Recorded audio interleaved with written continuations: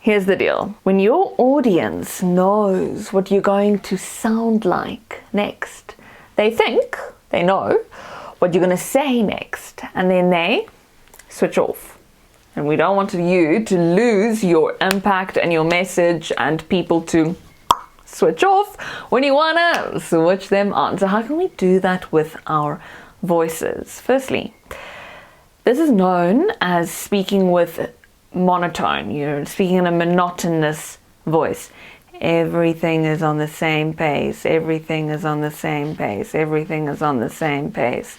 There's no fluctuation. There's no variety. It's just la la la la la la. And you're sitting there and you're thinking, oh, I've heard those people. I'm not one of those people. Well, are you? I want you to double check. So what some people do is they think, okay, I'm going to spice it up. And then, so they talk like this and they say, so, and then they talk again like this. And then they say, and then they talk like this again. And then they, which is also not really helping the monotony. So you want to bring in melody. Your voice is an instrument, so you want to play it. And you switch people on to your ideas and to your messaging when you use your voice in the execution. I want you to take a children's book.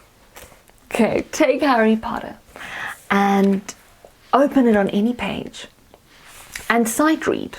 Literally sight read one page, and sight read that one page 5 times in different ways. And each time you read it, you're going to get better. You're going to find words and play with words. If there's a word that says tippity tap tap tap, then you make it tippity tap tap tap. And then if it leads up to a bang, then you can go loud. And now you can start playing with the registers. What is light? What is low? And then lastly, the last thing you can do, and I always do this practice with my clients, we do practice our scales. So during the day you can just go, play with your scales. Because as you play with your scales, you realize, oh, this is where my voice vibrates here. And this is how it sounds like when it vibrates there. And now you're understanding melody. And that will make your listeners listen to your message.